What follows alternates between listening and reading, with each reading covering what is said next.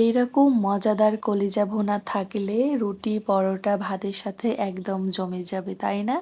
তো চলুন আজকে আপনাদের সাথে এইরকম মজাদার কলিজা ভুনা রেসিপি শেয়ার করে দিই। আসসালামু আলাইকুম, পিয়ার প্রতিদিন ব্লগে আপনাদের সবাইকে ওয়েলকাম। তো কলিজা ভুনা করার জন্য এখানে আমি হাফ কেজির একটু বেশি কলিজা নিয়েছি। তারপরে একটা হাঁড়িতে আমি গরম পানি করতে দিয়েছিলাম। পানিটা একটু গরম হয়ে আসলে আমি কলিজাগুলো দিয়ে নিয়ে ভালো করে ফুটিয়ে নেব। তো দেখছেন অনেকগুলো ময়লা বের হয়েছে। তো এই ময়লাগুলোকে আমি ফেলে দিয়ে ভালোভাবে পরিষ্কার করে নেব। তারপরে ওপরে যে চামড়াটা আছে দেখতে পাচ্ছেন, এটা স্বচ্ছ চামড়া থাকে, যেটা একটু হাত দিয়ে টান দিলেই উঠে আসে। তো এভাবে করে প্রত্যেকটা কলিজার চামড়াগুলোকে ভালোভাবে তুলে নেবেন। চামড়াগুলোকে তুলে নিলে আর গরম পানিতে ভালোভাবে পরিষ্কার করে নিলে কলিজার মাছ থেকে আর কোনো ব্যাড স্মেল করবে না, খেতে অনেকটা ভালো লাগবে আর কলিজা অনেক সফট থাকবে। তারপরে আমার ভালোভাবে পরিষ্কার করে নেওয়া হয়ে গেলে একটা চপিং বোর্ডে আমি ছোট ছোট টুকরা করে কেটে নিব।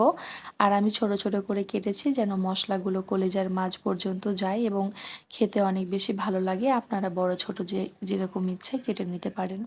তারপর একটা প্যানে আমি পরিমাণ মতো তেল দিয়েছি আর কলিজা রান্নাতে তেল এবং পেঁয়াজটা অবশ্যই একটু বেশি দিবেন, তাহলে খেতে ভালো লাগবে। তারপরে কিছুটা গোটা গরম মশলা দিয়ে দিলাম, তেজপাতা, এলাচ, দারচিনি, লং, জয়িত্রী, বড় এলাচ আর স্টার অ্যানিস। তারপরে পেঁয়াজটা যখন আমার একটু হালকা বাদামি হয়ে আসবে, আমি এখানে 2 কাপ পেঁয়াজ দিয়েছি।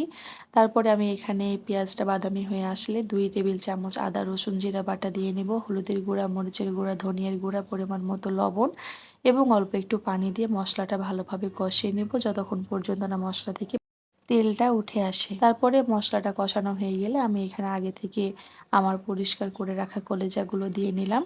আর কলিজাগুলোকে দিয়ে ভালোভাবে ঢাকনা দিয়ে দিয়ে বেশ কিছুক্ষণ কষিয়ে নেবেন। আর কষিয়ে নেওয়াটা অনেক বেশি প্রয়োজন।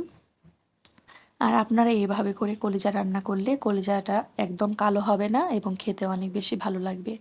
আর দেখছেন আমি ভালোভাবে কষিয়ে নিচ্ছি, আমি এখনও পানি দিইনি কারণ আমার কলিজাটা আগে থেকে যেহেতু অল্প একটু সেদ্ধ ছিল। তারপর এখানে প্রায় অনেকখানি সিদ্ধ হয়ে গেছে। আমি এখানে এখন দিয়ে দেব পরিমাণ মতো লবণ, কারণ লবণটা একটু আমার কম ছিল। তারপরে দিয়ে দিলাম গোটা রসুন। গোটা রসুনটা দিলে কলিজার মাঝে সুন্দর একটা ফ্লেভার ছড়ায়। তারপরে দিয়ে দিব 8-10টা কাঁচামরিচ। কাঁচামরিচটা মাঝখান থেকে একটু চিড়ে দিয়ে নিব, যেন কলিজার মাঝে কাঁচামরিচের একটা সুন্দর স্মেল ছড়ায় এবং খেতে অনেকটা বেশি ভালো লাগে। এখন আমি দিয়ে দিব গরম পানি। আর এখানে গরম পানিটা দেওয়ার চেষ্টা করবেন, তাহলে দেখবেন রান্নার প্রসেসিংটা তাড়াতাড়ি হবে এবং আপনার কলিজাটা সুন্দরভাবে সেদ্ধ হয়ে যাবে। তো দেখছেন আমার কলিজা রান্নাটা কমপ্লিট হয়ে গেছে। আর কলেজাটা তেমন কালো হয়নি, কিন্তু সুন্দর হয়ে ভুনা ভুনা হয়ে গেছে।